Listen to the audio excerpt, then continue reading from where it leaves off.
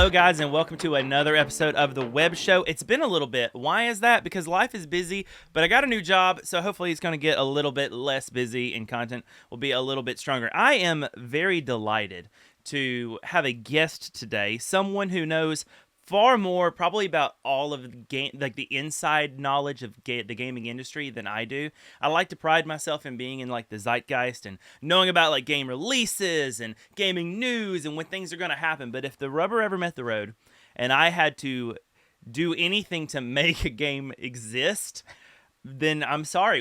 The hobby, the passion, it would be over. We would not have games anymore if it were for me. So I'm very happy to introduce my guest, NekoSpy. He is finishing up, or almost finished. You'll have to correct me. Maybe just did finish his master's. Go I ahead. just completed my first out of 3 years, so I'm actually pretty Okay. new to this. Never mind. He is a baby. No, I'm kidding. He is working on his master's in game design, which I think is super cool. He has introduced me to the word game design, and we're going to talk a little bit about that versus development. And for anybody that's interested in getting into a different side than what I normally bring, like more than news, more than just being aware or in loving and enjoying the I don't know, the pastime, the community that is gaming. If you're interested in making things, he is going to be so much more valuable to your ears than me. So I don't want to take too much time away from him. I'd love, Neko, to give you a chance to kind of tell us a little bit about yourself. And if you don't mind, also tell us what the heck is game design? Like what? Yeah, absolutely, Webby. Yeah, I guess a little bit about myself. I'm 29 years old from the Midwest, and I have a bachelor's degree in game design, and now about 5 years after graduating, I've returned for my master's degree in game design. I specialize particularly in environment design and level design. So it's a little both of like the theory and the visuals. I do both. And I love to just be able to create a world, create an environment that really immerses the player in what they're playing and can really tell a story, something that impacts the player. And they're like, wow, this whole environment really comes alive for me. Mm-hmm. And I've been doing that. Let's see, I started my bachelor's degree in 2016 or 2016. So I've been doing game design on and off for almost a little over 10 years Wow. now. Um, it's interesting, like when people think about like what is game design, right? Um, it really is everything that goes into what makes the gameplay. And you can kind of sort of break it down into three elements, right? So you have your mechanics. Mm-hmm. And mechanics are the things of like how do you play the game, right? If we want to take like let's take Minecraft for example, right? So Minecraft mechanics are things like it has a crafting system. It has a survival mechanic where you have to fight mobs. It has a trading system. Like these are mechanics. These are things that you interact with. Um, and then you have gameplay, which is a little interesting because gameplay is actually not just the mechanics, it's how your player interacts with those mechanics. Mm-hmm. And so now you're bringing the player into it, and you're kind of saying, okay, so I have this crafting mechanic. Well, what does the player do with it? I mean, it could just exist in a void, and it's a crafting mechanic, does nothing. Well, the player needs to go gather resources, and they need recipes to make those pieces, items, and things like that. They for combat there are different types of mobs and you have to fight them in a certain way and use different items to fight them. And so you're bringing that player into, and it's how they interact with those mechanics that then creates what we understand as gameplay. And the final one is their user experience, and so it's kind of these levels, right? So then you're looking at, okay, so what is their whole experience, and that can encompass things like sound design, level design, all the art that goes into it, the visual design of it, Mm-hmm. and as well as things like UI. I mean, you have people that are entirely devoted to user experience design. So all the things that how do you teach the game? How do they like where are all the menus and UI that go into telling the player the information they need to play your game? Yeah. Um, and so it's game design is really all of the things that allow you to actually make the game possible. Um, Whereas I think you've kind of mentioned to me like how is that different from game development, Yeah. right? And I think development is a much broader category because that can also come into, you've got people need to develop the way that it's sold and the branding and the Yeah. marketing and the packaging and all this. Oh, packaging not so much anymore. We don't really buy discs for the most part. Yeah.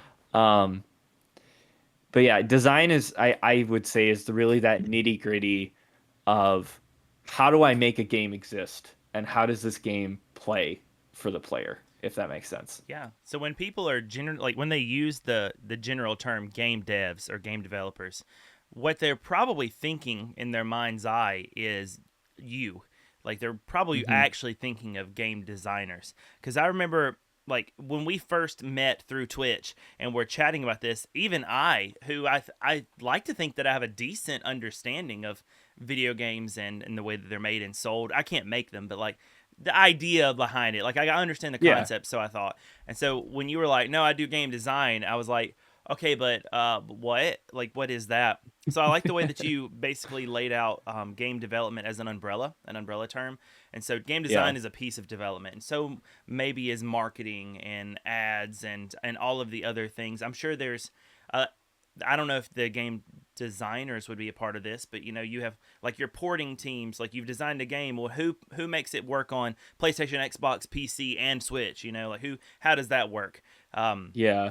so I don't know if you have anything to add into that, but I think, you know, like I said, game development is definitely more of a broader category in my mind. mhm, And I think that could encompass a lot of different things. Like you said, people that are doing porting over to different systems, if they're planning on doing it from PC to console, or and to multiple consoles, or it mhm, could be even people that are doing the localization stuff. So you've got all the translators and all the different voice artists that have to do it in the different languages. If you're doing it that way, like MMOs, FF14, oh Final yeah, Fantasy 14, for example, has entire voice lines that are different if you're hearing it in Japanese versus English. And yeah, it like when it comes to the term game dev, it in my experience it is referring to the designers and all of the people that actually make the game, so the artists, the programmers, the high level designers that are saying, okay, what are all the concepts that are going to make this game happen that then we're going to, program and make it look beautiful and all that sort of stuff. And it's sort of I think of it kind of, the internet always likes to shorten things, right? I mhm, mean, my full Twitch handle is NekoSpy, but most people just refer to me as Neko, and I'm fine with that. yeah, And I think in the same way, calling when you're trying to say like someone asks you like, "What's your job?" and I'm like, "I'm a game dev." It's just easier. It rolls off the tongue. I think it kind of sounds cooler, yeah, and people usually understand it more than most when you say I'm a dev. But it really does mean I am a designer. I am the one that designs the game. yeah. But it's funny how that always kind of happens. Well, I am super excited to dive in to a little bit of like what that looks like for you. But I promised you a couple like warm up, like off the cuff kind of this or that. But what's the word I'm looking for here? Like stinger questions. Like we're gonna go through it. Yeah, Rapid sure. fire. That's the word I'm looking for.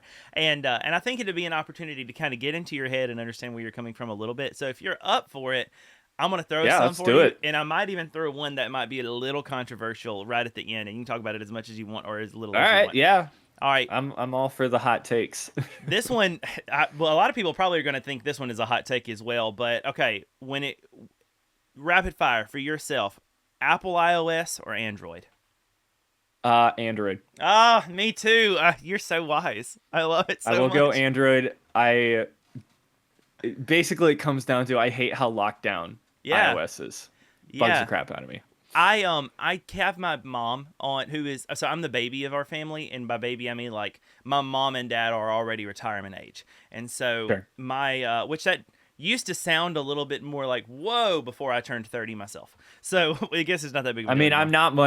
I'm actually not much younger than you, A so year. I don't think. Mm-mm. Yeah. But anyway, I have my mom on an iPhone because as much as it is a pain for me to help her remember her passwords and keep everything like together, the interface, like the UI, is just really tech illiterate Hmm. friendly. Um, Yeah. but if you have a little bit of tech literacy, the things you can do on Android for less money is insane. And so I was an Apple diehard for most of my life, like from the 3GS up until the iPhone 10. I was on iPhone, and then I Hmm. decided to a couple years ago get a Samsung S21 Ultra because I really couldn't say that I was an Apple person until I tried both sides. I was being Yeah. disingenuous, and I needed to do flagship to flagship. So I got Samsung's Yeah. flagship, and I'm considering getting another Samsung this year because Yeah. I've got a I love it. Samsung as well. Mine's a little older, but it still works. And I would agree with that. I think if you do have a small amount of tech literacy, Android is the way to go. Hmm. But like my parents as well, who are probably about the same age as yours, Hmm. um, both have Apple. My dad loves Apple products. Yeah.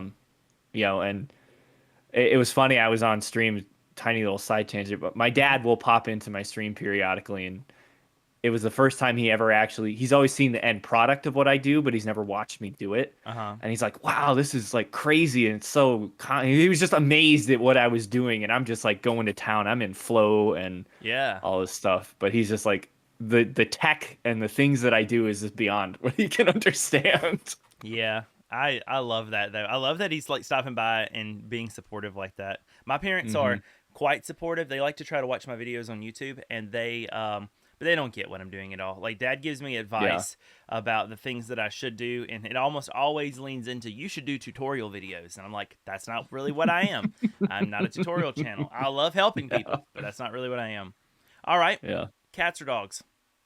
Dogs, 100%. Same. I have no problem with cats, but I've grown up with dogs my whole life. And I think I love dogs. I really do. I'm so with you. My wife thought she wanted a cat, and we finally got our little puppy. And I was like, no, I want a dog. I wanted a dog since we got married.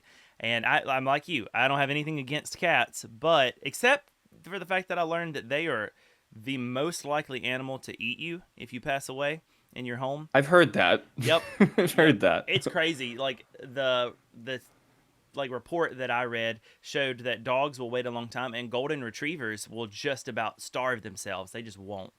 Like you're their family, and Huh. I'm like, oh, I mean, that dogs kind are of the makes sense. best, They are man. meant like fiercely loyal. Yes, they are. So I love that so much. Coffee or tea? Neither actually. So Okay. I I don't really have a taste for either, and a lot of it is also I just don't need caffeine. I don't take caffeine really at all. Wow. So you're not even an energy And drink guy. You're just like, no, wow. So no, I do it. I make sure I get up by having a good breakfast in the morning. yeah. Honestly, a lot of protein, eggs, bacon, whole nine yards. Oh, that's That awesome. gets me up and moving in the morning. So when it comes to your beverages choices, are you any fun at all, or do you just drink water, or like Um, no? no, no, I like to think I am. I mean, I will drink soda. Yeah, I Um, love soda. when I get it, and um, I'm not a huge alcohol drinker, but I do enjoy mixed drinks. My family has a lot of fun when we get together and do Hmm. like cocktails and stuff like that. So I think that's where my fun beverage choices go, is into more like cocktails and stuff. Yeah, I drink sodas and juices and things mostly out of my, and I don't want to be this way, but out of my just complete disdain for water. Like Mm, I take yeah, some people are like water doesn't even taste like anything. Those people are wrong. I just don't like it. yeah, There's nothing pleasurable about water for me. So I've been delving totally into the understandable. realm of like sparkling water lately, and Oh, sure. it's taking me some adjusting, but it's helping. I'm drinking more water, so There you what go. can do with that? Whatever works, whatever gets it into your body. All right, these last two are a little less rapid fire, but headed towards the controversial one. The first one, though, Sure. is if you could only keep 3 apps on your phone. This is not counting like calendar or the ones that come, built in, your baked ins. Yeah. You had to download them. If you could only keep 3 of those downloaded apps on your phone, which 3 would you keep? The first one would be the iBreviary app. It is a Catholic prayer app that I do Okay. morning and night prayer on, and I use it very often, and it is a very integral part of my life. Um, I would say Spotify. Okay. I love listening to music. I use it all the time when I work. I use it all the time when I'm out exercising by myself or I'm wandering around campus. It helps me get into a flow state. So Spotify definitely. The third one. Ooh, yeah, I don't know. That's tricky. This is I would probably say Discord. I really think okay. Discord is my way outside of my regular texting app, which I would, comes default and all that. Uh-huh. Discord is my way of keeping up with friends and including my siblings, who I'm very close with. We game together, we play stuff together, and I literally before this call, I was on call with my brother and we were just hanging out. So That's awesome. I think Discord would be my third. Wow. So you surprise me. Anytime I've ever asked that question, people are always struggling with which of the social media apps they want to keep. And Hmm. I'm not really going to count Discord as social media. So yeah, that's wild. You're like, nah, Twitter, Facebook, Instagram, I don't need none of y'all. Like, And I don't actually. I have a Facebook. I have mhm. not posted on it in probably a year or two.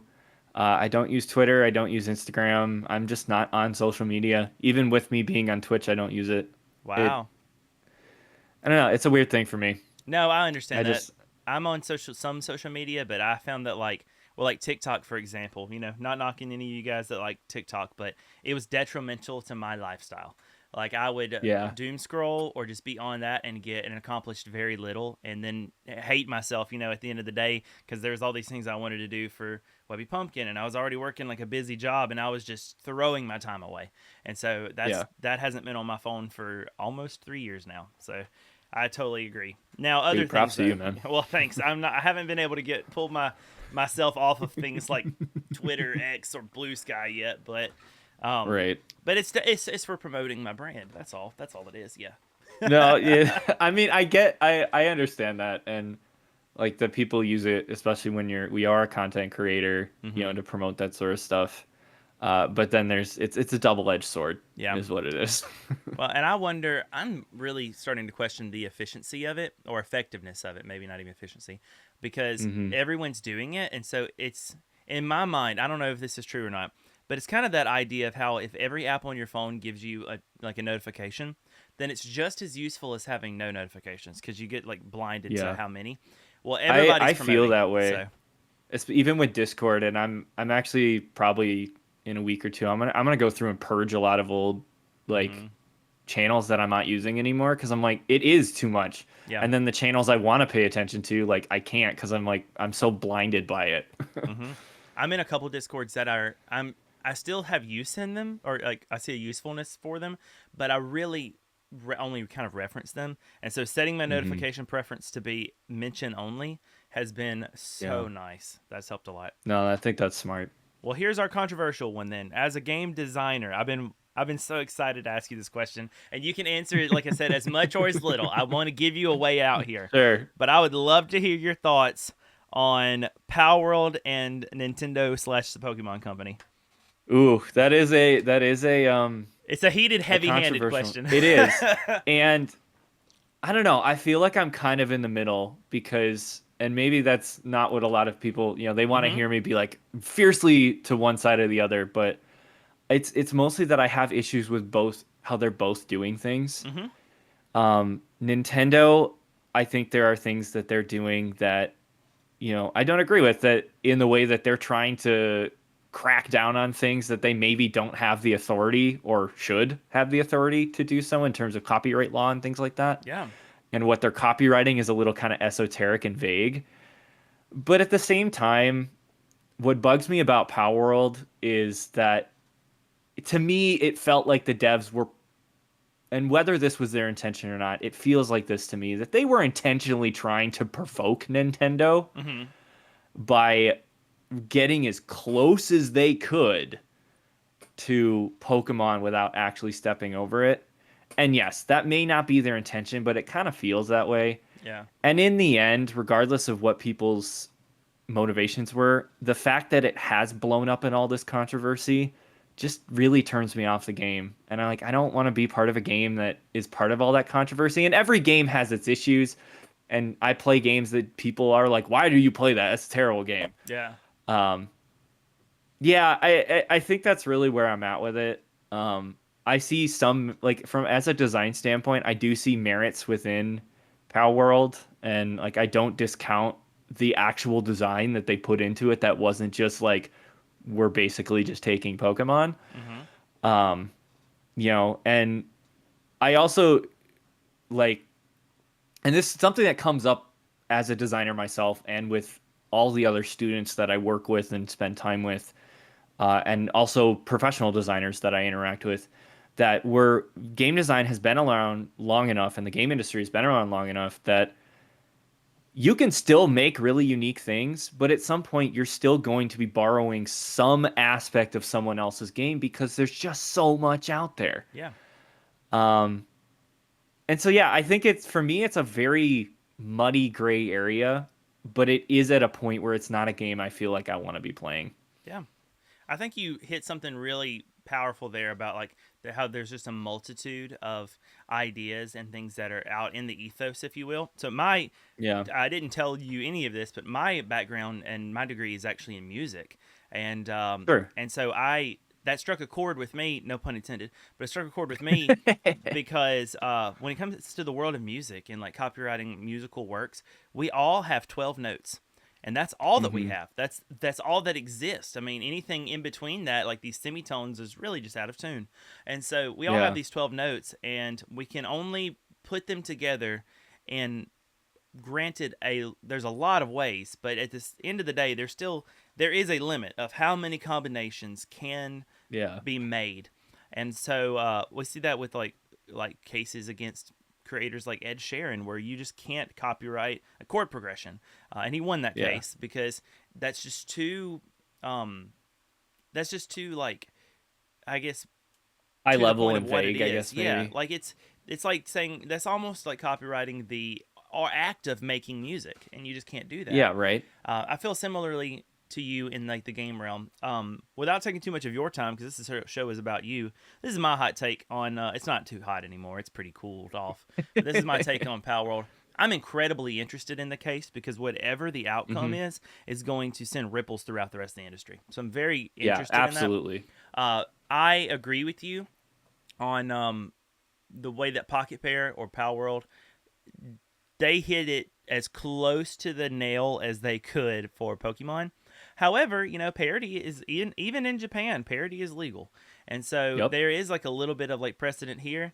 I would argue that I think that Power World made Arc with Pokemon parodies. They didn't make a Pokemon game, and so because I don't I know think if that is an interesting way to think about it, definitely. yeah, because it's not.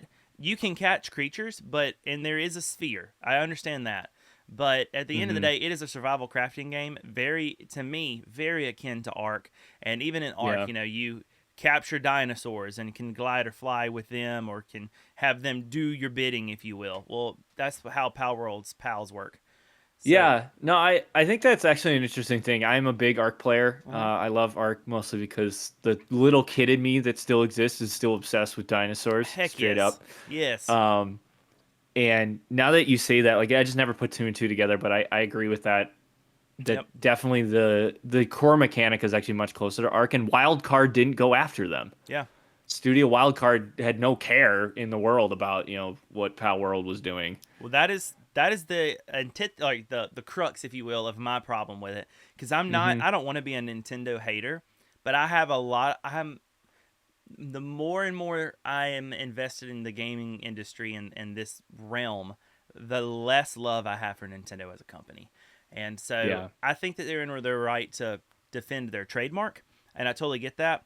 But I think they're being disingenuous because I think they're upset at Pal World because the pals look like their Pokemon, but they don't. and I think that's Well, they don't have I feel enough. like that's more the case. Yeah, they don't have enough to actually to win a copyright case though. So what they're actually Yeah. suing over is a patent infringement. And I feel like that's a little disingenuous. We're suing for one thing Hmm. because we're mad about something else, and then the whole patent thing, like I even give Warner Brothers a little bit more credit for the Nemesis system because at least that's something that's kind of innately unique. Like that was a new idea. Sure. Nintendo patents things that are ridiculous. Like so the most recent patent that people are upset about doesn't even have anything to do with Power World, but with the onslaught of two HD 2D remakes and things that are coming out, like that HD 2D Yeah. style, the shadow works a little bit different in like Octopath Traveler, because of Yep. and that probably makes a lot of more sense to you than it even does to me. Nintendo has filed a patent for that shadow. Um, Really? yes, Okay, that that yeah, was this that year. is and that's I think that's like where my side I tend with you as well in terms of what Nintendo's doing. Hmm. You know, and a huge person that's like, copyright art, copyright something that's someone's intellectual property, especially when they're artists. Like they put their heart Yep. and soul into this work. They put their passion into this work. Yep. Like you don't want people to take that from them. You want them to be recognized for the work that they did. But yeah, when you start getting into this very high level, like, either very vague type of I'm going to patent a concept or I'm going to patent this super specific thing Hmm. that, is so specific that maybe there are other things that existed long before you made this patent that could be slightly close to what you're patenting. Um, like it just becomes so muddy of like Hmm. where's the line, right? Yep. And where do you draw that line to say this is my work and I put my heart and soul into this? And this is just something very similar that a lot of people were doing that I want to have credit for over everyone else. Yeah, I think I have a little bit of compassion for Nintendo in the Power World case because I understand that if a mom like you want to defend the trademark. If a mom wants to go buy a Grokey stuffed animal, but instead gets whatever the PAL one is Hmm. that has like an AK-47 or whatnot, Yeah. that could hurt the impression that people have of Pokemon or the Pokemon Company. I have Yeah. some compassion for that. At the same time, there is a line between where is it the company's responsibility to look out for that the consumer is buying what they think they're buying, and at what point is it just the consumer's responsibility to be an Yeah. informed consumer? But yeah, that's my issue with Nintendo. I think um, they're patenting silly things, and I don't think that they even really care about the patent because, like you said, the developers of Arc didn't come after Power World, and Yeah. the Pokemon Company hasn't gone after like Temtem, which is an Yeah. absolute clone of Pokemon, down to like turnstile battle, like animal fighting mechanics that you catch and you Well, and throw them out. there's So there's myriads yeah, of just to kind of close this out, but there's myriads of phone games, mobile games that are 100% clones of Pokemon, and yep. you never. I mean, maybe it's in the shadows, but you never see them publicly going after these people. Well, and that's wild too, because the mobile market is the most lucrative gaming market right now. Oh, it So absolutely is. it's I like, mean, you can make billions off of those. yeah, I mean, I don't know for sure if there is one that has done this, but there's a greater chance to make more money than what Pocket Pair made in a Hmm. mobile spot.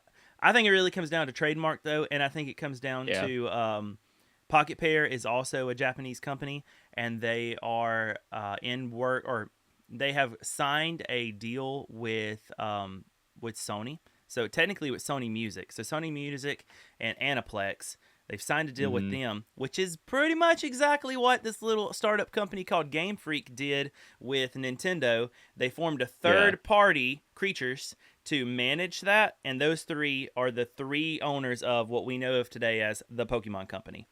Well, now Yeah. we've got Sony Music, we've got Aniplex, which is the owners of like Crunchyroll, and we've got Yeah. Pal World, and they could really be a real competitor because if you've got Aniplex, now you got a Pal Hmm. World anime.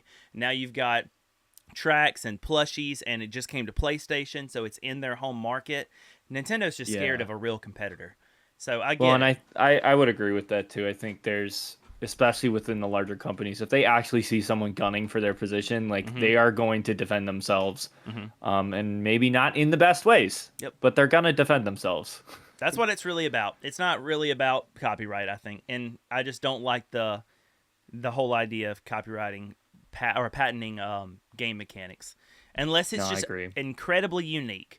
I don't love the It's got to Nemesis be mechanic. really unique, though. Yeah, I mean, like really out there. yeah. Like I I don't think. love the Nemesis patent, but at least I can I can draw a line to that one where I'm like, okay, this was something special. Sure. I can't draw a line to shadows. Like, I Yeah. just can't do it. No, I agree. I Well, agree. thank you for giving me your game design hot takes on that. For sure. So I guess to dive more into what you do, I don't know how much you're allowed to / are interested in sharing, but when it comes to game designing, obviously you're working on your degree right now, but you've already got a bachelor's, so you've already done a little bit. I don't know if there was a gap between those two, and if so, There was. yeah, I'm interested in what you Um, filled your time with in between those two. so I actually had a very interesting thing where, so it was 5 years in between my the end of my bachelor's and the beginning of my master's degree, and it was a weird situation because I graduated in 2020. So I don't like harping on the COVID, keep bringing it up, but that is part of what happened. Is it was the last 3 months of my senior year were at the beginning of the COVID shutdown, Yeah.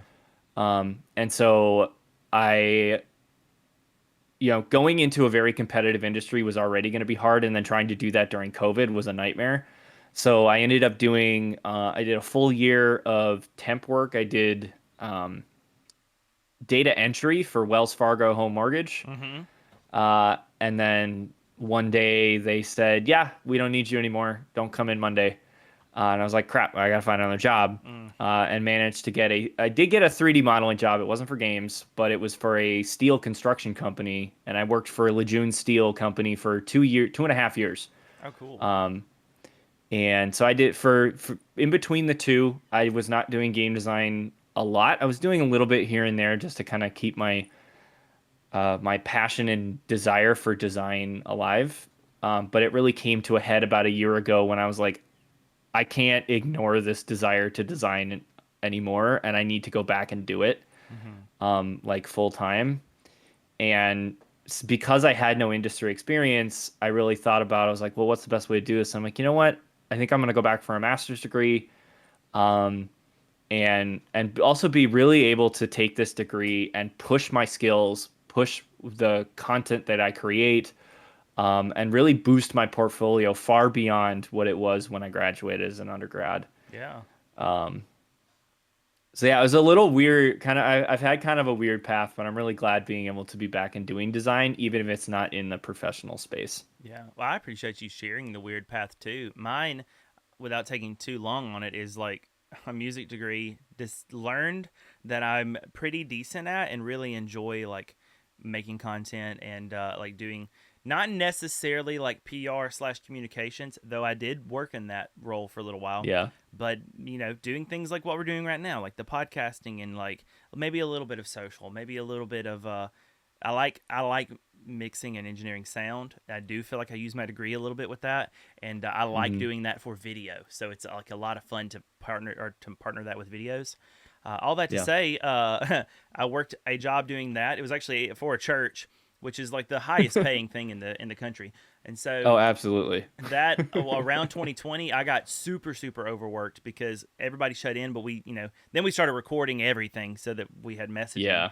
After that, to pay off the last bit of like my student loan debt from getting everything done, I did oil. Like I started in inland oil wells, and I worked that up until recently, where I finally got another. I've been looking for an opportunity to do something like multimedia again, and I got hired on part-time to do multimedia for a little learning resource center, which is kind of like Oh, very cool. it's like it is the coolest place. I'm not a teacher and I don't want to be a teacher. I married a teacher. This learning resource center is primarily there to supplement and add help to like homeschoolers, give them a place to socialize, but also something that's not just your STEM, or I like STEAM, but your STEM activities. Yeah, Give I them prefer something else. STEAM over STEM because it adds art, which is Yep. what I do. So Well, and I had an interesting conversation with, I'm going to name drop him because I like getting him into controversy, with P. Tony about Oh, STEM boy. versus STEAM. And he was like, yeah, but why do we need art in that? Not even like he doesn't like art. He's actually a full supporter. He's just like, does that belong in this acronym? Because it felt like a category. And I said, I actually like it in an idea of thinking of through curriculum, because we see that anytime that a student involves themselves in a form of art, whether that's paint to like physical medium, whether that's music or whatever, the S, T, E, and M all improve. They all improve Yep. whenever someone invests themselves in art. So makes sense to put them there. And then I also think it's a marketing technique, and Steam is also a word, and they wanted to use it. Yeah. So that's Well, really what it and comes down to. I had a also I'm getting feedback. Uh-oh. Well, I was hearing myself for a minute there. Not anymore. Okay, good. Um, no, it was I. One of my classes this semester was critical thinking and design education. So it's basically the class that says if you want to become a professor, Mm-hmm. like these are the things you need to be aware of. And we talked about the STEAM program, and one of the things that, and this is where I would agree with you and probably fight Pitoni on, Yeah. in a loving way, Of course. but like the idea, and it's not just art, right? It's adding design thinking Yeah. is really where it comes into, and that type of design thinking, and that's the overarching design thinking that can come from anywhere from game design to graphic design to interior, industrial, whatever design you think of, it's all the same. And it's that type of design thinking that really gets people that are scientists, engineers, programmers. It forces them to think outside what they're commonly Mm-hmm. used to, and it really it opens up their minds to be able to come up with new ideas in a way they probably wouldn't have before. And it gives the artists and designers the more technical side of just like these are the technical things that we need to do. And so it creates, as you said, it really creates new avenues for Mm-hmm. everybody growing and developing Yeah. as a professional. I agree. I think it's like a breeding ground for innovation. So where we really will Absolutely. start pushing forward to something new. Well, I'm so glad you agree with me and disagree with Peter. I'll let him know. Don't tell Peter. Or Okay. maybe do. I don't know. I'm just gonna send him. I'm gonna subtly send him a link to this episode. Oh, there Be we like, go. check it out. Neko was so great. Yeah, Go, he's gonna call me out and be like, "Sorry, Peter. I'm with make sure Webby you on jump this to one." 36 minutes and 12 seconds. Like, I want to get your thoughts on that. There you go. But yeah, so my path did that, and now to supplement that, because that's obviously not enough money to live on, because it's just a little part-time thing. I'm basically a farm help. Like I've built steps Sure. and done like concrete work, and it's actually been kind of cool. Yesterday I had to kill grass, and I had a flamethrower for it, and it was awesome. That's It's awesome. so cool. It's really not a flamethrower. It's like a propane torch, but it looks like a Still though. flamethrower. It's pretty cool. Looks like flamethrower. And so I appreciate you sharing that, because I think a lot of people get discouraged when they're trying to like pursue their passions, because Yeah. the roads are almost I live in Mississippi. None of our roads are straight, and that's most people's careers as well. Like the roads Yeah. to what you're trying to get to often have some detours and some pit stops. I came into, coming into my master's degree this year, especially because I work as a graduate assistant. So it's kind of like a TA, but I'm a little higher, and I Mhm. actually have some agency to teach a little bit and to really support the students as like a minor teacher. I'm not like a full professor. Yeah. I'm not doing lesson plans or anything, but I really have had conversations with undergrads and saying, guys, like, I love your passion. That's why any one of us is becoming a game designer. And I think this is really good, like just to kind of bring up at the beginning of as we're diving into game design is that, for people that are whether you're a high school student or someone that's later in life that's like, oh, I kind of want to do this, or maybe you're like, I don't want to go to college for it. I'm just going to kind of do it on my own.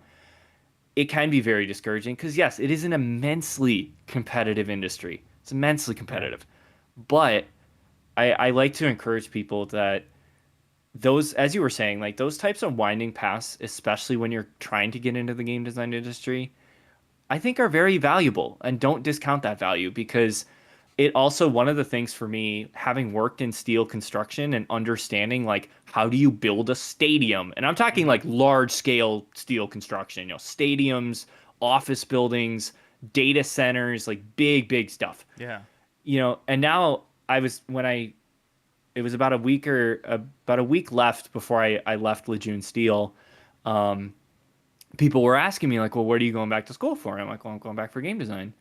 And they're like, oh, you're going to make a game about steel construction? And I told them, I said, you know what? I've learned so much about how to put together a steel building and what it looks like. I do want to do an environment that I could go to a structural engineer and said, this maybe isn't 100% stable, but it's bloody close. Yeah. and Steel that you worker can make simulator. something that's really real because you understand like this is what it takes to build a steel building. Like it Yeah. takes a lot. And so being able to, and I'll throw this in here too. We had an industry professional come and just give his sort of career story as a talk on campus. Guy by the name of Chris Totten. He's really well known in the indie community. He's written an entire textbook called The Architectural Approach to Level Design. I have a copy Cool. of it myself. And he had five things that he talked about is like these are the five key things you need to keep in mind. And the one that really stuck out to me was have a life outside of game design, have passions, have things that you enjoy, even have jobs outside of game design because those will support your game design going forward. And so I offer that as an encouragement to anybody that wants to get into this industry, whether through indie or AAA, or just doing it as a hobby, right? Never discount that other jobs will benefit you and will open your mind to new ideas for games, for game mechanics. Um, so yeah, I really want to put that out there. I think it's Yeah. a good thing for people to hear because it can be very discouraging when you're like, you know, I'm not a prodigy. I'm not, you know, the next. I can't think of a particular designer off the top of my head, but you know, yeah, I think that's really helpful for people to hear. I agree. I mean, even right, like myself listening, I was like, oh, yeah, yeah, I totally agree with that. Because at the root of content creation, on this other side of like the spectrum here, the root of content creation, we're really just storytellers, really just trying to do Hmm. that. And I can't imagine a good author, a good storyteller that has absolutely no experiences, like just doesn't know Right. anything. So yeah, that is an encouraging perspective to have for when you are shoveling really heavy cement, for example, into a hole, and you're like, it's Hmm. 92 degrees out here. Why am I doing this? And like all of the Yep. not fun parts, because it's, Oh I, yeah. I hate to like default to it builds character, but it does give you something. It gives you a little extra something. Yeah, and you know, I think people use that word character a Hmm. lot. What I think you said it better. I think it builds experiences that makes you a more well-rounded person. And I Yeah. think that's the better way to look at it.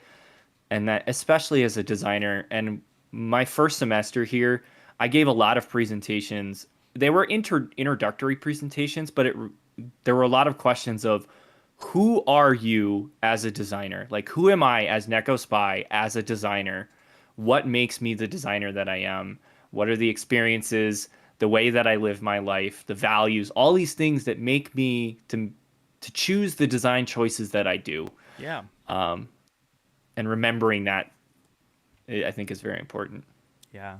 Well, I guess rolling out of that, so obviously you're very busy working on a master's right now, but I'm sure it's not the only thing that you're doing. So when it comes to game design, what are you working on right now? Are you working on your own game? Are these like projects? Like what are you doing in game design right now? So what am I doing in game design right now? So as of like this week, nothing. I'm taking a break because the semester just ended and I need to Lovely. like just take a break. But I just finished two projects, both for classes. Which you know some people always say they're like, well, it's a school project, so it doesn't really mean as much. But the nice thing about a master's degree is I have a lot of agency in how I design and what I do with those projects. Yeah. So the two that I did, so one was a fully designed game level. So I did all the level design for it. I did the early prototyping for it, and then I did all the art. Like I made it look really, really good. Um, and that one was a big exploration into the use of light, both for storytelling and for player guidance. So how do I create a level that uses light in such a way that evokes emotion, that helps to tell a story without actually using any words? And it was a lot of fun. I got to really kind of create. It's sort of this three-tiered level, and it's trying to evoke this feeling of going from a place of being lost to a place of being found, and like Hmm. this sort of healing process through that. And so you start in kind of this really enclosed dark space, and all you can really see are these lanterns that light different areas, and that's where that kind of leads you through this area. And then you move up to the second rise, and now the I actually have it where the sun rises a little bit, And then now there's more life. There's plants and things that are starting to grow in this level. Yeah. And then the final one is even brighter. There's far more plant life. There's far more abundant life kind of growing out of this. And I was very proud of it. I think it turned out very, very well. Um, and then my other project was another one because me as a designer, I really do love the idea of narrative in games, but narrative specifically that is more than just entertainment, narrative that really encourages the player to think more about who they are and the way that they live their life. Um, and so this game was this level was an exploration in that where I created the concept for a game, one that, maybe God willing down the line, I could actually turn into a full-fledged game. But the concept was you play as this guy who's just wakes up after X amount of years. He doesn't know how long he's been gone, and he wakes up in a prison. And he's freed in one sense that the chains have been broken, but he still has the shackles that are on his wrists. And so he walks out of the prison into this town that he remembers, and he's like, "Well, this is the town that I was like the lord over. I took care of." And it's desolate. It's been, Mm. a famine ran through. The crops are dead. There's no life left, and it's abandoned. And he's like, "Well, what happened?"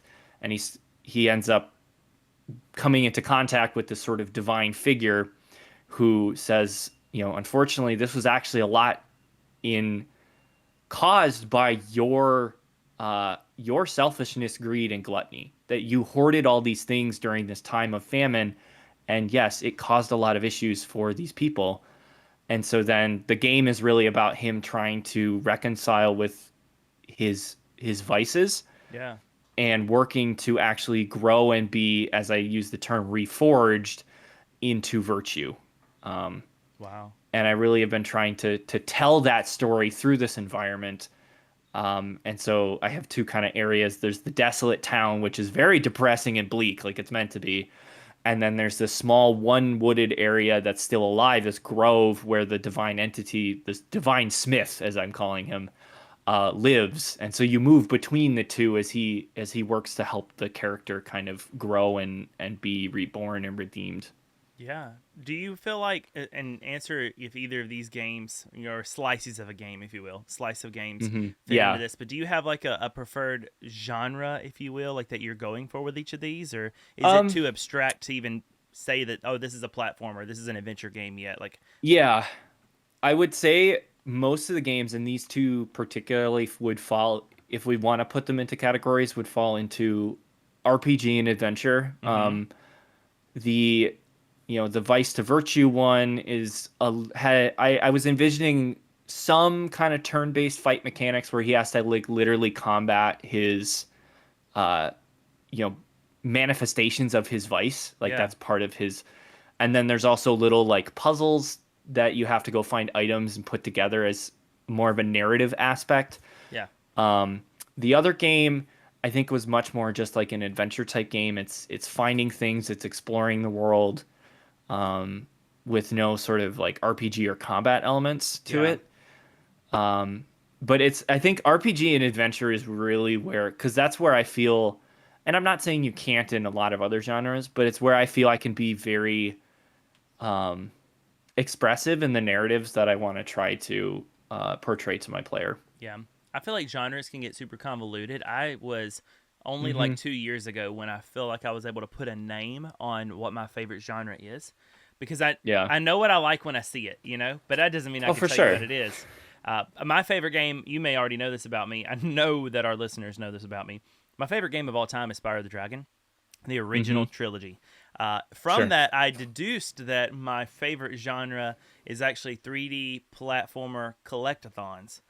But Okay. I Sure. now would add on adventure, because when I've played other games, I love 3D platformers, but not all 3D platformers are created equal. So then I play something Yeah. like Ty the Tasmanian Tiger, or more recently Astrobot, and they have very Hmm. like go on an adventure, play this role, yes, but not fully, like not like Yeah, you're not Skyrim and fully Oblivion. diving into Yeah, like the role playing I'm kind of aspect. told who I'm going to be, and then I do that. Whereas getting Yeah. to discover who I'm going to be, and so I love that stuff. I love that stuff. But and I like mysterious types of games. And so I guess my letting you know a little bit about me and how I don't really know what I like. My leading For sure. into that is the first game you described.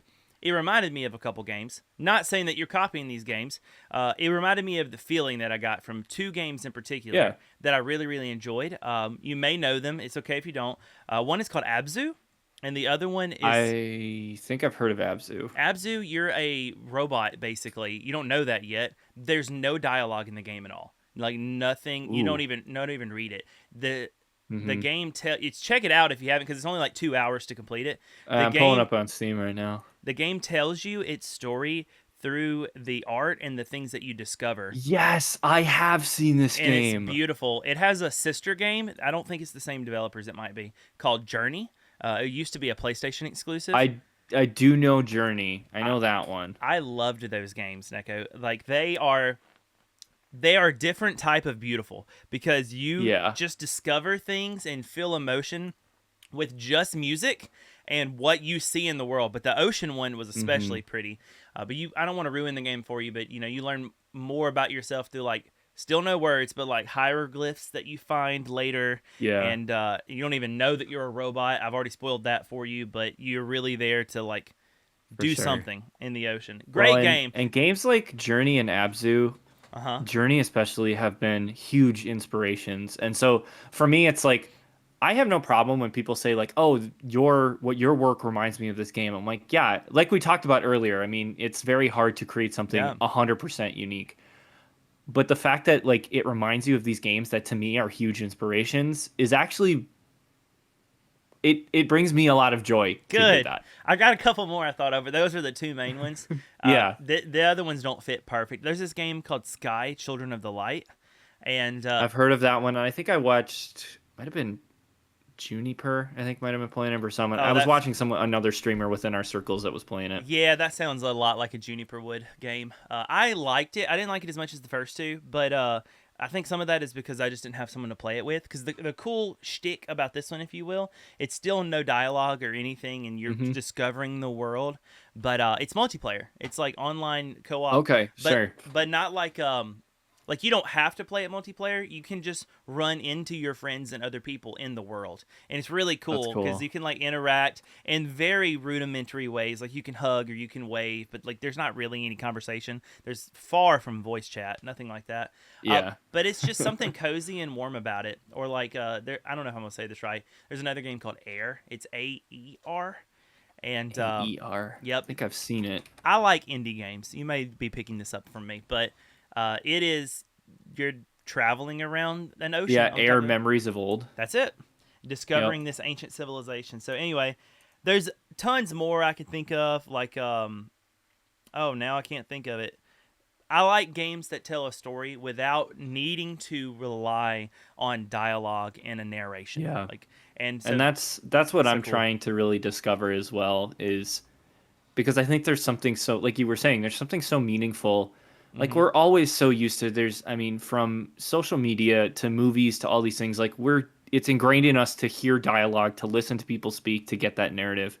But when you're allowed to discover it for yourself and it really kind of puts you in there and you start to think about it, I think there's a much more of a connection to the player that makes that meaningful connection, Yeah. as you were saying. I think I'm not. These types of games, like what you're describing, have made me feel like I'm okay with not just being told what I am or what to do in a game. But Yeah. I kind of like we talked earlier about having so many notifications that is just as good as having none. That's what I feel like a lot of modern RPGs actually are. It's all right. Yeah. Here's 4,000 options. Now take 2 hours to sift through them all and figure out what your character is going to be. Then we're going to get started with the Yeah. game and we'll teach you all the different like builds that you can make. And it's just too much. I drown in it. It's so Hmm. much. But I totally get that. I mean, I am a huge RPG player. I play World of Warcraft. I play Path mm-hmm, of Exile too. I streamed both of them this week. mm-hmm. Um, and for me, I love that, but I absolutely get where you're coming from, and it it made like the way those games I enjoy are very different from the way I would enjoy games like Journey. Yeah. And I see the merits in both, but they're vastly different in the way I think and play them. Yeah. Like I I struggle with Final Fantasy games. I think they're beautiful and some of the best sound. Square Enix makes some of the best soundtracks I've ever seen ever. Oh, absolutely. But I have fond memories of Final Fantasy X as a kid and struggling with it because I didn't really understand how you're supposed to level up your characters. So I Right. finally beat that game like a full almost 17 years later. I beat it last year. I finally brought it back out and played the whole thing. But turnstile, lots of grinding are hard for me. Hmm. But that doesn't mean I'm not willing to try. So I want to just add the caveat. Some of why I struggle with like the information fire hydrant, I think might be Yeah. because I feel like I have like finite bits of time to play games, or I have. I'm hopefully going to For have sure. more time now. So I'm wanting to give it another shot. And so I've been looking at two games, the Oblivion remaster. Yep. I've dove into it a little bit, and it's just as janky as I remember it, but at least it's prettier. And Yeah. Right. and I've been watching people play this. I think it's Expedition 33, and people are Yeah. raving about that game. So we don't have to like I dive all into that, but that Yeah. feels like Peter's that been innovative one. raving about that to me too, and I actually am really excited to play it when I find time. Hmm. Because that type of game for me is what I will just sink my teeth into. Yeah, I let me encourage you to get some hours into Astrobot. It was incredible, but I will absolutely add it to my list. yeah. Now you have to have a PS5 for now, so it is PS5 locked. Well, then that'll be on the list far in the future. I That's do not fine. have a PS5, nor do I have the money to buy one right now. Well, PlayStation likes to put their games on Steam eventually, but I don't think they're going to do it with Astro. I think Astro makes a good candidate for like a mascot for them right now. Yeah, that And makes sense. the game letter or the game is like a love letter to PlayStation history. And so it doesn't make a Sure. lot of sense if people don't already have some familiarity with the PlayStation. So I Yeah, don't know if which that I makes do. sense. I've been Oh pretty yeah, much PS Sony boy. exclusive most of my life, dude. PS1 was my first console that I ever owned myself. So I'm with you. Yeah. Maybe that's why I don't love Nintendo. I never had Nintendo until later on in life. Right. Well, I know before we get started, I want to optimize your time. You said that you might have some things that you wanted to show us. Is that something you Yes. still feel up to do? And is it what you were just talking about, or is it something else? Yeah, no, it's exactly what I was talking about. So let me just pull up. And audio We'll pull listeners, up the. I apologize while he's pulling that up. If you're on Spotify, you'll be able to see this because as long as you have your data settings, so that you can watch video. And if you're on, I think I'm gonna put this one on YouTube anyway because I feel like anything else is a disservice to my friend Neko. So if you're not on either of those platforms, we're gonna use descriptive language. It's gonna be great. All right. So this is the first one I described. This is sort of the. Let me know. Make sure you can see it. You're good. I'm pulling you up full screen right now so everybody can see. Yeah. So All right. this is. Oh, yeah. Norton doesn't like things that I make. It's fine. So this is the lost to found one I was talking about. So I had And the so you option can. to close stream. So it may have ended the live stream because I don't have your footage at the moment. I have you. Okay. Let me. Oh yeah, it did. Gotcha. I'm gonna pull that up full screen now. All right, got it. Start game, quit game. That's Cool. what I'm looking at. All right, cool. So this is the lost to found one. And Oh you man, do like yeah, you begin in this very kind of dark area. You can see like even the plants have just kind of withered and died. yeah, And so you're walking around, and again, like I was talking about, you're really focused on. I really focused on trying to allow this light to guide you. yeah. And of course, as the developer, I know where all the things I need to find are. Right. But you've got, there's some mention to like this could be some sort of like an afterlife kind of thing, which is really kind of the vibe I was going for. But you find these little crystals, and you can go ahead and pick those up. And yeah, like I said, it was really meant to like this first area is really meant to be evoke that feeling of like I don't really know where I am. I just sort of woke up here, Yeah. and I have to kind of explore. And we'll do this the way most people will without taking the speedrunner shortcut. And walk me through a little bit of what I'm seeing here. In that, like, obviously, I think the world. I don't know how long you had to work on this, but I think it is really.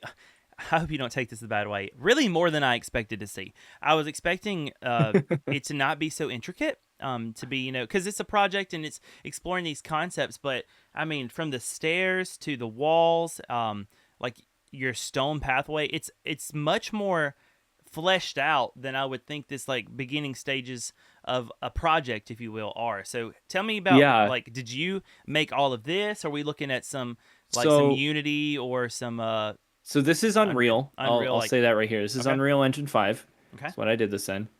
Um, and this game is absolutely from the ground up built by me. All the assets, textures were developed by myself. Everything was done by me. And so this was actually the combination of two projects. We're looking at about two, I think it probably comes out to be about a total of about 3.5 months of work. wow, Um, and what I'll do is I'll keep talking as I kind of walk through yeah, go this. for it, yeah, So, um, what I'll do is I'll pull up after this. I'll pull up kind of, and this will help us kind of go into more of the like what is game design, how does it play out. But we did some prototyping of the level that was the project before this, where we created what's called a block mesh. A block mesh is a very low fidelity layout of a level so that you can understand, okay, I know how the player is going to move through it. I know how the player is going to interact with this level long before all of these beautiful assets are even like begun to be created. okay, And so we did a block mesh early on, and that allowed me to really nail home with how the player moves through this level. And it's nothing more than cubes and cylinders and spheres, and you just use a bunch of color. okay, Really low fidelity, really quick and dirty, but it distills it down to how does my player move through this level. yeah, And that way I can get that all nailed down. I can play test it yeah, before I do all the work of making all these assets and realize, wow, the player actually does have no idea what they're doing. They can't move through this level effectively, and they feel lost in a bad way. right. It gives you a minimum viable product. Exactly. And it also allowed me to really work on these lighting changes and really kind of hammer home that aspect of it as well. And so, this whole level experience is, like I said, now we're done. It'll kill the game here in just a minute. Not a whole lot of time, but Yeah, but probably so many hours to make that little snippet. oh yeah, I could go back and count. I mean, we're probably at least 10 to 15 hours a week on this project alone. Wow. What I'll do here is So it's not for the faint of heart, for sure.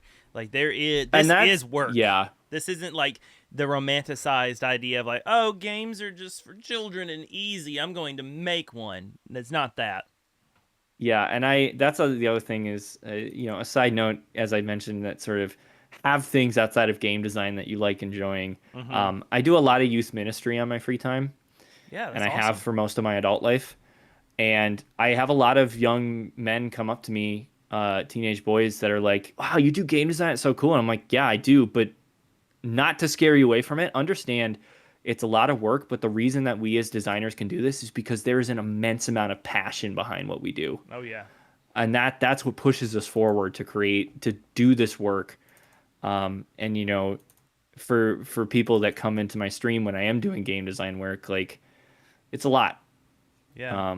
Yeah.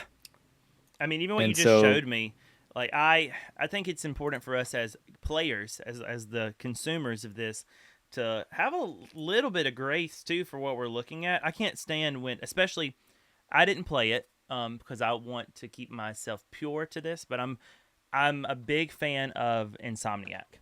I have. yeah. If you didn't know, they developed the original Spyro, so I've loved them for a Hmm. long time. But they are working on a Wolverine game right now, and the early, we're talking like probably pre-alpha build of that leaked. People were playing it, and Yeah. people had the audacity to say, "Oh, this looks like crap. This looks so bad." Like, we're not even at a point where you should have ever seen it. No, that There's is so that much is something that never should have been leaked because like that is when you're talking alpha builds, you're talking stuff like they are still in the processes of internal playtesting. Yeah. They are still trying to really distill down this is what our game is supposed to be, Yeah. which means yeah, it's gonna look bad. It's not meant to look good Right. because all of the things that you see as a player that you're like, wow, this game is beautiful, that happens way further down the line Yeah. in production. That makes sense. It's just like building a house. No one looks at a house that's been framed. It can be framed and have electrical run, and they're like, "Time to move in. This is it. This is the Yeah, house of my dreams." All the pretty stuff that everyone likes is the last step. It's all your molding and your exactly. paint and your design, like Yeah, interior design. the interior designer doesn't come in until the actual structure is built. Right. Right. Um, and here's a pretty good idea. So this is I'll pull up another thing to show here. Okay, I'm gonna pull it up big.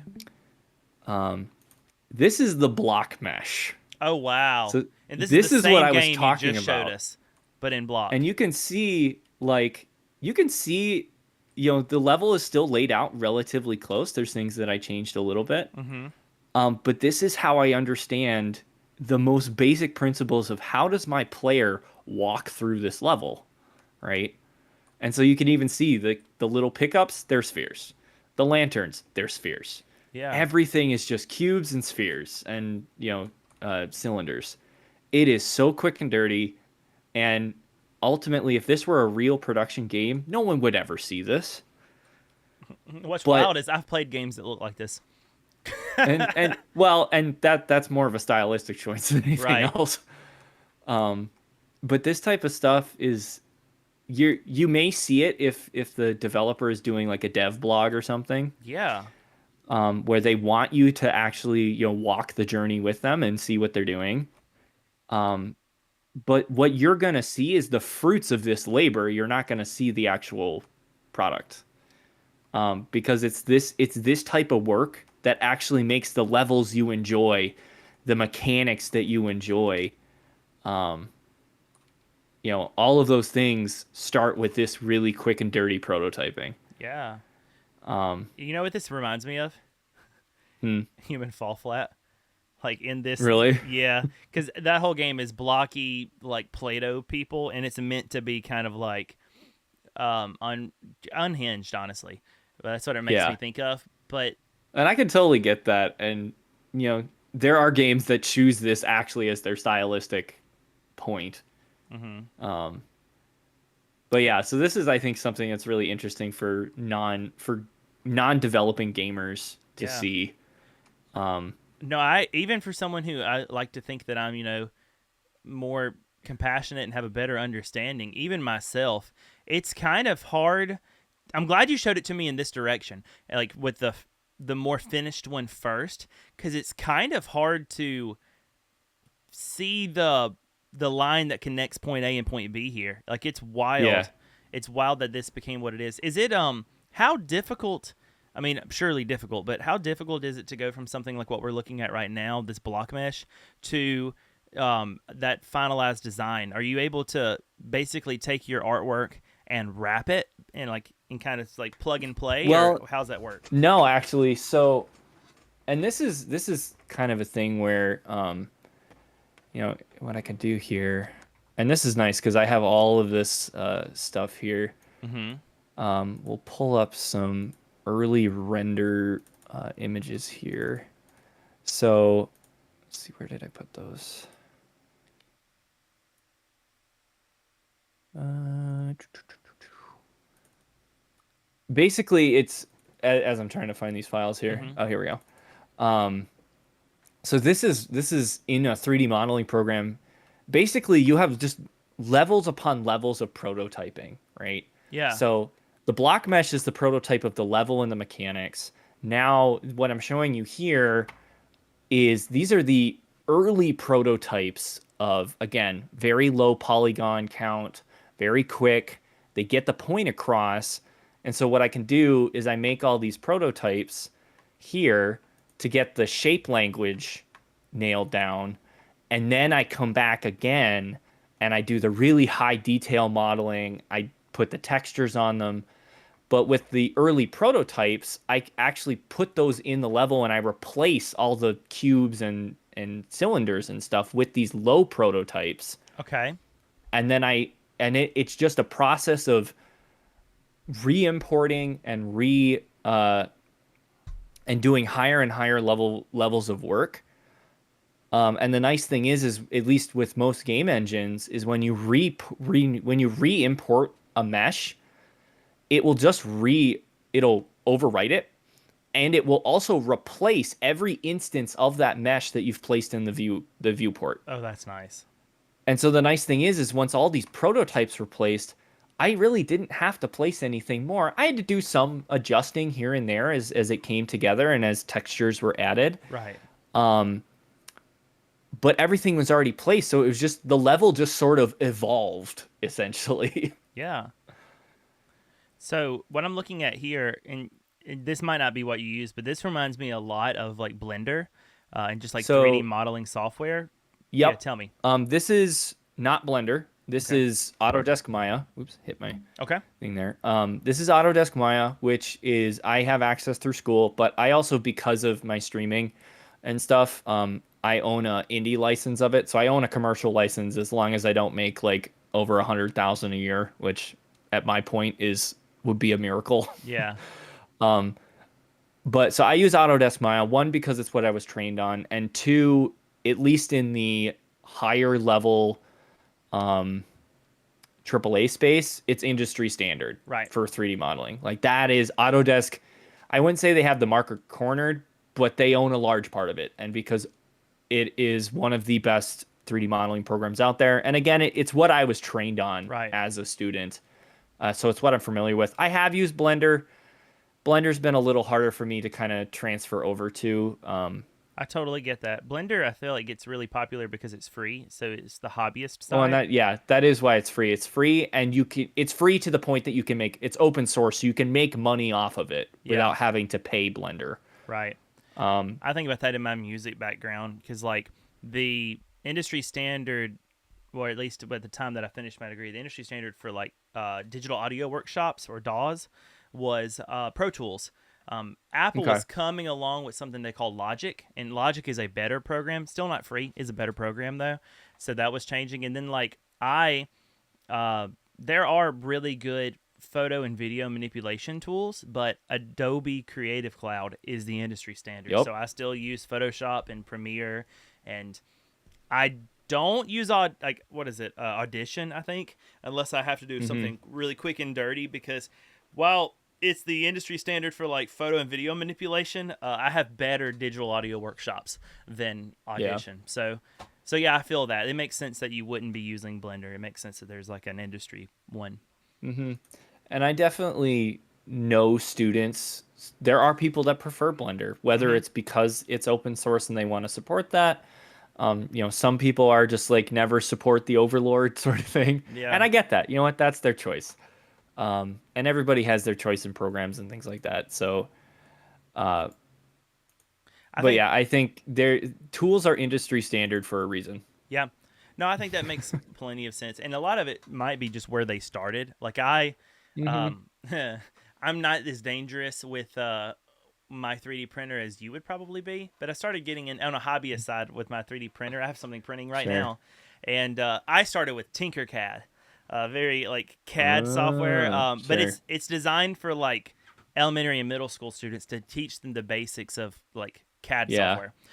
But it's decent enough if you're making simple shapes. Oh my gosh, it's free, it's quick, it's easy. So, but I'm looking to sink my teeth into some like a real software, if you will, a real program, Yeah, to get good at 3D modeling for sure. my own needs. So, yeah, Yeah, so I think, that one, those are probably two good examples of a lot, and there's so much more I could dive into in the Yeah. really nitty-gritty pipeline process that would be specific to what I do. I mean, there's a lot of different pipelines.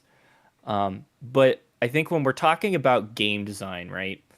It's these types of there's a couple of things that I would really make sure people understand. Most people want to jump into the first thing I showed, right? They want to jump into the really beautiful, like, I have this amazing image in my head that I'm going to create, right, and they want to jump right into that.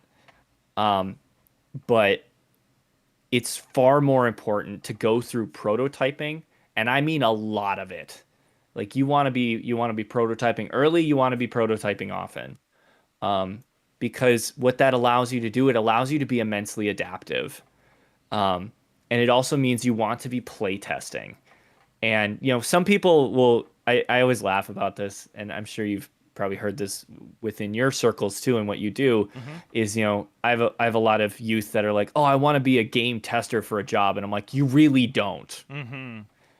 because it actually is a nightmarish job, and because you're not there to have fun. What you're there is to actually make sure that the game plays it. It's meant to play the way it is, and you're Yep. not playing a full-fledged game most of the time.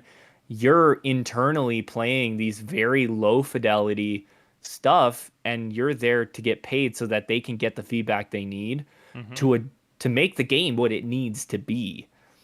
And so no, it's not fun. No. It's not meant to be fun. It's a job in every sense of the word. And um but I personally really would encourage people getting into game dev or trying to find the joy in the prototyping process. I Yeah. think there is a lot because when like with that block mesh, when I knew that I had and we play tested, I play tested with other students in that class multiple times, probably 3 or 4 times with that project. And when I knew that the lighting, the space, everything worked the way I intended it to and was coming across to the player, it made it so much more satisfying to know that the gameplay was good, to then put the art in there and be like, the art is now built on top of a strong foundation, Yes. right? And so there, I think to me, there's a lot of fun to be able to prototype something. And what I did was a digital prototype. Some of the funnest thing to do is physical prototyping. And even for video games, it's doing stuff with napkins and Legos and anything you can find in your kitchen cabinet to create and just get the core concept of your game across. Um, and in as a level designer, prototyping levels with Legos is the best feeling ever, That's awesome. honestly. It's so much fun. It brings the kid out in you. It allows that passion that you have and that sort of childlike wonder of creating a game that people think that's what it's all about Hmm. to come forth because you can just do these little quick little things that are just so endearing. And yeah, I love having Legos around, and they're so quick and easy just to be like, okay, this is what my level's going to be. We need to change this part, pick a couple blocks up, put some more blocks down. Like you can change it so quickly Yeah. that you can really, really easily distill it down to what you want it to be and in a way that makes sense to your players. Yeah. That's awesome. That's really awesome. Well, you've given a lot of great advice, I feel like, especially to people who may be interested. I am, if you don't mind my asking, I am interested in uh, learning what that onboarding looks like in two different ways. Hmm. So I'm gonna give you like obviously there's the person who's like maybe in high school or whatnot, they're figuring this out. Maybe they want to pursue a bachelor's as well, and they're going that direction. They're interested, and I want to do this. I also see the person that's like, well, maybe a little bit older, and their Hmm. thought is, I don't know if I have the time or the capital to go back to school, but even if it's just a hobby, I still want to get into this. What do you think the on ramp to try to start designing is for Hmm. these people?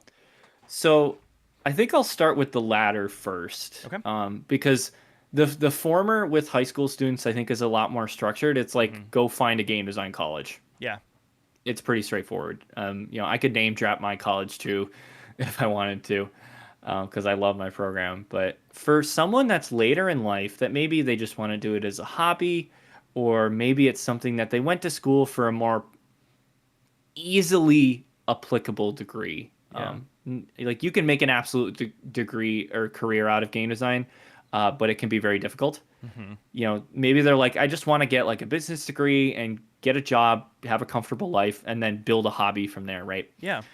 So I think what I would say in terms of onboarding for a person like that or someone in a very similar situation, the first thing would be just start playing around, Okay. honestly.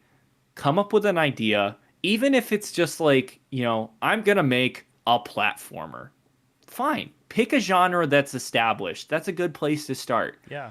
And again, I think that's also why we have so many of them out there is because people need a place to start that's safe and understandable. I wouldn't, unless there's someone that's really, really gutsy, that's like, I'm going to do something new and inventive, great, do that. Not a lot of people are comfortable with that if they Yeah. don't understand the basics. So I would say pick a genre you're comfortable with. Platformers are a really great one to start with because they're easy to understand. You kind of know what the mechanics are. Hmm. And start with physical prototyping. Like for an example, if you're gonna physically prototype a platformer, like use Legos, right? Yeah. Put the Legos in a position and then take a little Lego guy and be like, okay, they're gonna jump from here to here, and then look at it, from the side and say, if this is a 2D, like, does this look good? Does it feel good? You could do it with pieces of paper. You could do it with pen and paper. Like, Hmm. there are many ways to physically prototype that still get your point across, that get your idea across, um, and then just play with it. Come up, do different iterations, try to figure those things out. And then once you kind of get that idea across and you're like, yeah, I feel pretty good about this. I think I have a good idea of what this game could look like. Then I would say there are a lot of lower tier game engines, and not lower tier in the sense that they're not as powerful or but less industry standard and a little more beginner friendly. Um, Things like G Develop is one. Okay. G Develop is really good. They do a good job with a lot of tutorials, very simple and easy programming. Things like RPG Maker. Trying to think what other RPG Maker. That's the other one I'm thinking of. There's a couple others, but there are these game engines that are out there, and they also provide you with art assets. So maybe you're coming at it from more of a mechanical, Hmm. like programming side, and you're like, "Oh, I'm not really an artist." Well, they provide those assets for you free of charge usually. Wow. And I think those types of things can be immensely helpful because they're free to use or very low cost. Yeah, another one is RemPy if people are into making like visual novels. That one kind of caters more to that side. And Game Maker is the other one, Game Maker Studio. All of those are very good, easy, beginner friendly. Like I would never tell someone just getting into it, be like, yeah, go jump into Unreal Engine or go jump into Unity Yeah. because they are going to, unless they're very tech savvy, they could get lost very quickly Yeah. and very confused because there's a lot of training and understanding pipelines and also with the games like that, with engines like that, um, Unreal does have its own store where you can get free assets if you want to, and you can play around with that. There's nothing wrong with that. But understanding the pipeline and also having the other programs like Maya, Photoshop, Substance Painter, which is a texturing program, all of these other programs that go into making the assets that go into a game is a lot more investment because those cost money. Right. And yes, you can do Blender and you can do things like GIMP. Hmm. Um, but even then, they're still very high level programs that without a lot of training and hours of YouTube tutorials, um, and they're very intimidating for a Yes. lot of people. So I would say if you really get into it, start with things like GDevelop, Game Maker Studio, but really start. And the other thing I would say is when you're in that early prototyping phase, which again, I will not stress enough is so important, do it with friends and family. Bring people that you care about. Even if they're not gamers, like just say, hey, can you like just listen to me talk about this and can I just walk you through this? Or maybe if you have friends that are gamers, say, hey, I'm trying to do this. Can you sit down with me and I'm just gonna like have you jump through this little Lego thing that I built or whatever. And get their feedback. Hmm. And I will always say, and some people like to think this uh, when they're getting into game design, is that I have an idea and it's my idea, and that's all I need. But game design will never happen in a bubble, and it never should. Always involve other people, get feedback, play test early and play test often. But yeah, I think that is really a good spot to start when it comes to game design. And a lot of those programs I mentioned, G Develop and Game Maker Studios, have plenty of tutorials that will go through the basics of things like level design, or mechanic design, and in a way that is very beginner friendly without just kind of Sparta kicking you off into the deep end of Unreal Engine and things like that. Yeah. Um, I think and that's like I said, immensely helpful. Thank you. Okay, keep yeah, going though. yeah, but and for the former, the high school student, I would encourage the same if they're not a high school senior.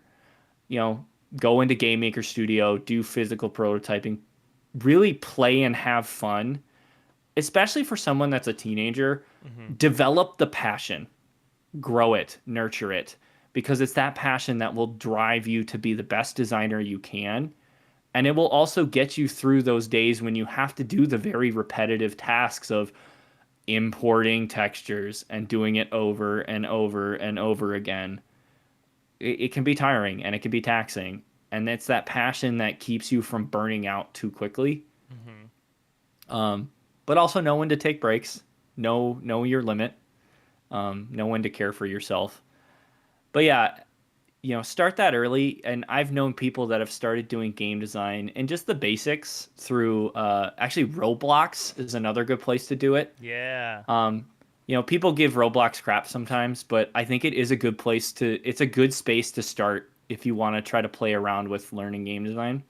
There's not as many tutorials in learning game design, but it is a good space to experiment and explore. Yeah. Um, and yeah, and then if for someone that would be a high school senior or a high school junior that's looking at a college, go find a four-year college. There are plenty of Cinderella stories about people that like just picked it up on their own and then became a high-level dev at a AAA company.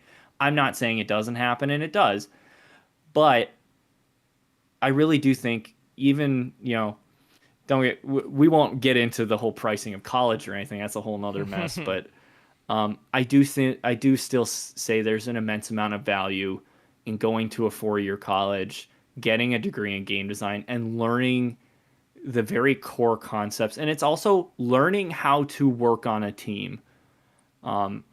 That was probably something that was immensely valuable to me, was learning how to work on a team of not just myself. Yeah. My senior capstone was five programmers and four artists.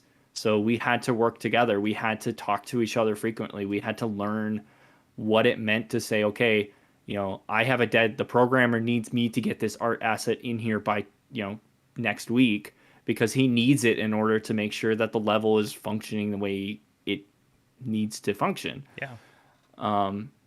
And so there's something big with that, for someone that they could learn this, but I think it's a lot less common that if they're just learning it on their own, they're not learning that skill. And when you get into even a smaller indie company, not learning how to effectively understand how to work on a team is hard. And to do that in a very high pressure environment becomes even more difficult. Hmm.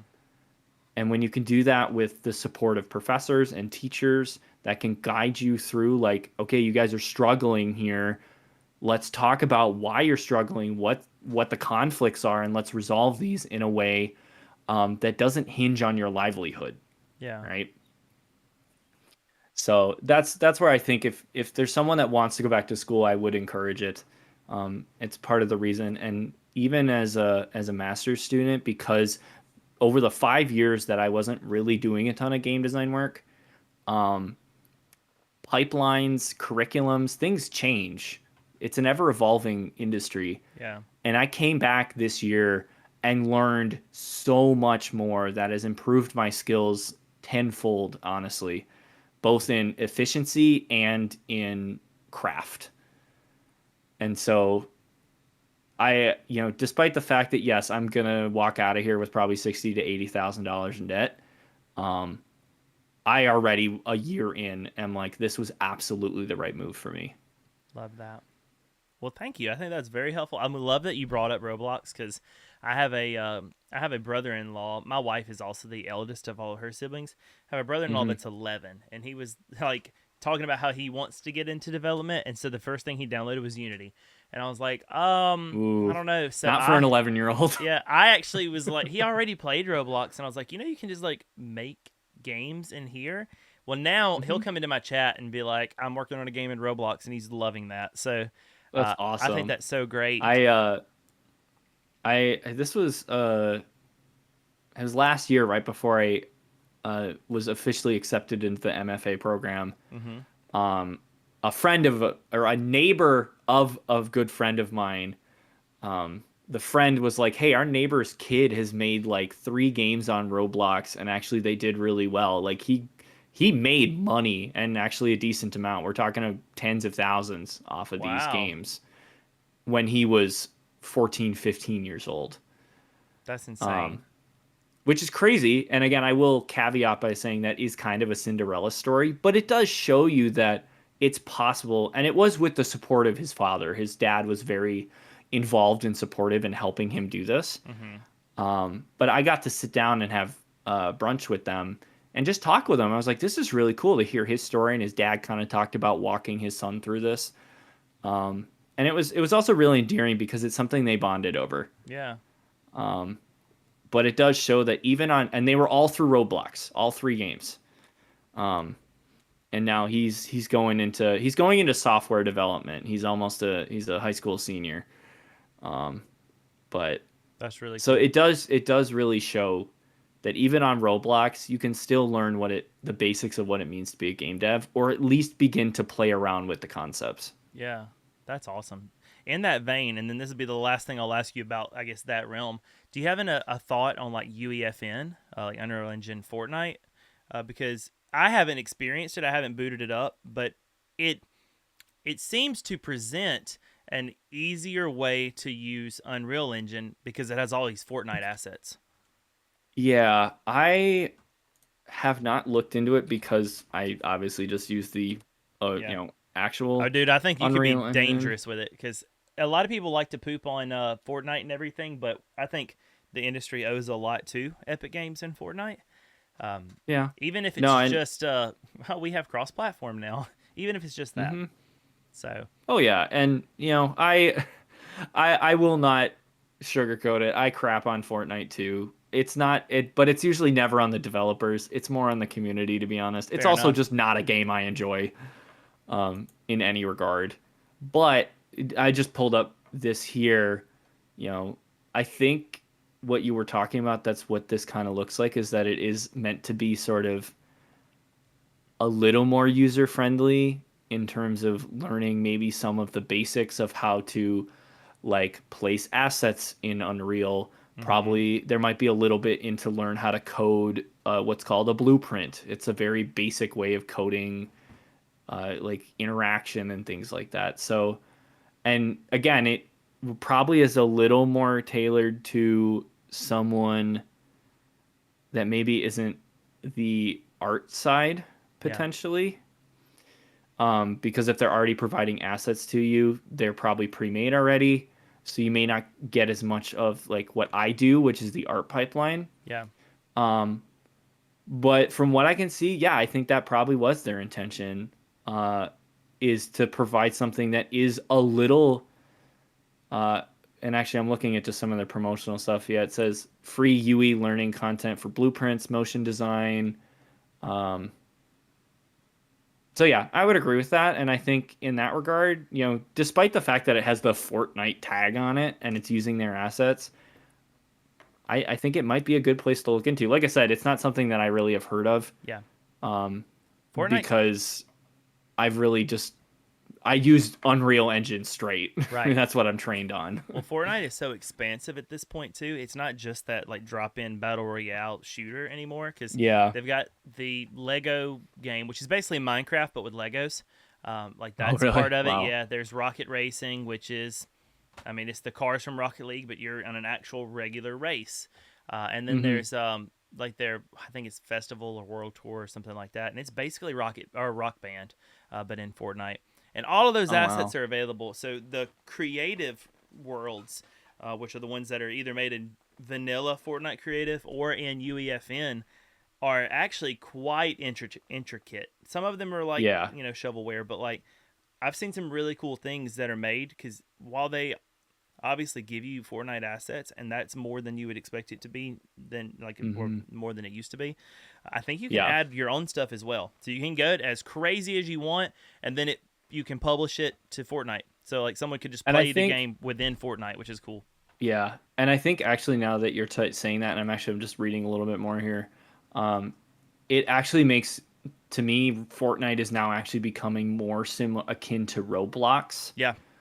where it is now like it's slowly growing into a platform and a sandbox platform for people to say, okay, I have all these assets, I have an engine that I can program in, and I can create things and then publish it to an established community, Hmm. um, which that I absolutely support, and I think that's really good because it allows people. It allows a little more of an easier entry, and this one I like because I think it allows a little more of an easier entry into an immensely complicated and intricate game engine. There is so much, and I'm still learning so much about what an Unreal Engine is capable of and what Yeah. I can do with it as a designer.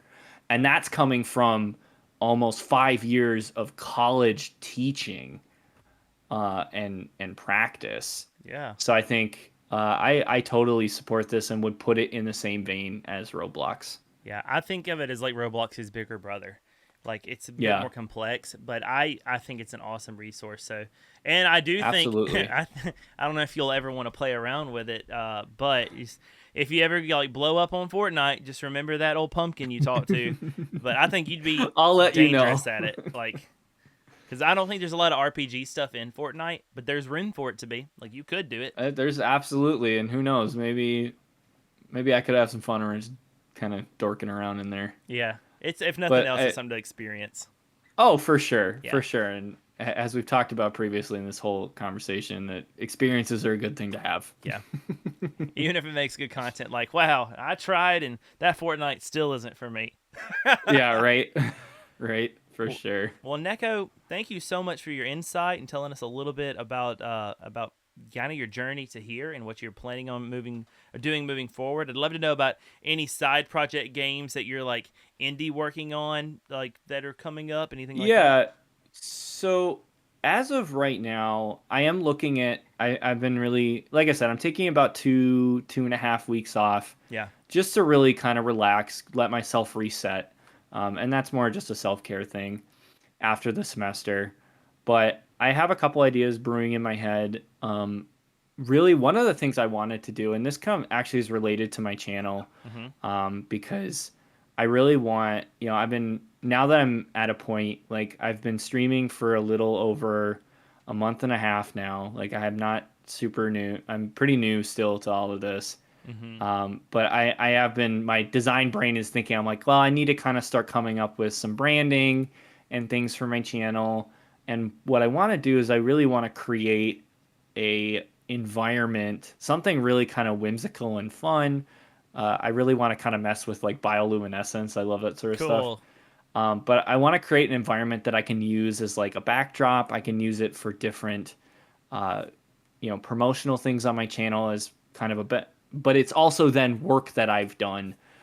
So that was one idea that I might be doing over the summer. And another one was less related to like actually using it for branding purposes, but it was just kind of this cool idea of, this sort of kind of whimsical, kind of heavenly ethereal realm sort of thing in this like golden field. And then you kind of walk into this kind of sort of like chapel kind of area. Was some ideas I've been mulling around in my head because another thing they've really encouraged us, especially as master's students, is always be doing your own work outside of class and Yeah. take the summer to do so. And because I started my channel as one where I'm doing game dev work, I want to continue that even through the summer while I don't have homework to do. And so those are kind of two ideas that I've been playing around with. And I think in about a week or two, I'm going to really sit down and be like, which one am I feeling more drawn to? and which one do I feel like I'm gonna start kind of prototyping, and I'll show that on my channel as well. Like I will watch, people can watch me go through that prototyping process, and really kind of see me do the quick and dirty before I get into the really beautiful Yeah. assets and stuff like that. But that's where I'm kind of going right now, in terms of ideas. Yeah. Well, let us know.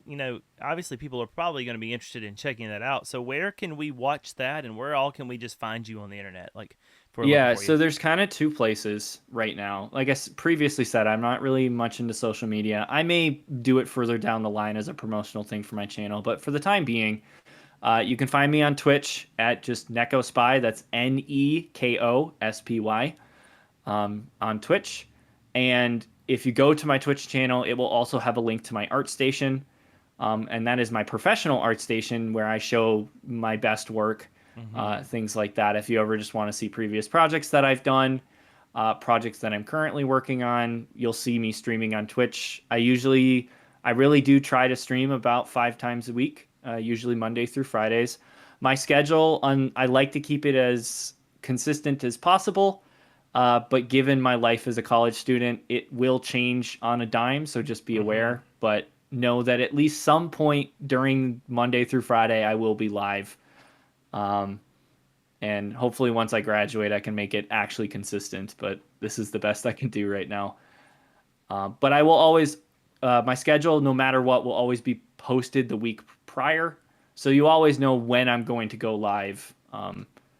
Unless something comes up and I have to cancel last minute, but Yeah. that's life, honestly. So yeah, so on Twitch, and you can find my art station as well. Those are the two places you can come and find me. I'm always excited for people to come into my channel. I've had a few other game devs come in and talk about what I do. I'm very happy with sharing my process. If you're someone that's very new to game development and are like, what do I do? Please come talk to me. I'm more than happy to offer my 2 cents and to guide you in the right direction. And I've had other game devs come in and be like, well, how is this part of the pipeline you're doing? And like, well, how are you doing this? I'm like, yeah, I can share my process. Like, here, I have resources. I can tell you what I'm doing. Anybody that comes in with questions, I'm more than happy to talk about it. And it's a big joy for me to do that. So come find me on Twitch. I love that. Well, guys, definitely go do that. Show him some love there. I'm looking forward to when the day comes that I can find a game that your or a little publishing spot that you've put on, whether it's Steam, whether it's itch.io, whatever it is. I want to play some of your games. So, One looking day, forward to that. that's definitely the hope for sure. That's it. I love that. Well, thank you so much for coming on and giving me probably way more time than you anticipated giving to me. Uh, This was wonderful. Absolutely. I had so much fun with this, Webby. Thank you. Well, thank you so much, guys. Please, like I said, go give him a follow, hang out with him. If this is interesting to you, or if you want to pursue this yourself, ask questions. Like he said, ask him questions. And we're gonna hopefully do a little bit more of this kind of stuff on the web show, where we get to chat and connect into the background of gaming, like but whether it's gaming news and what makes it newsworthy, like what makes games so cool. But other than that, I guess that's all that I have. So again, thank you, Neko. Yeah. Thank you very much, Webby, for having me. Of course. Guys, I will catch you in the next episode. See ya. Take care, everybody.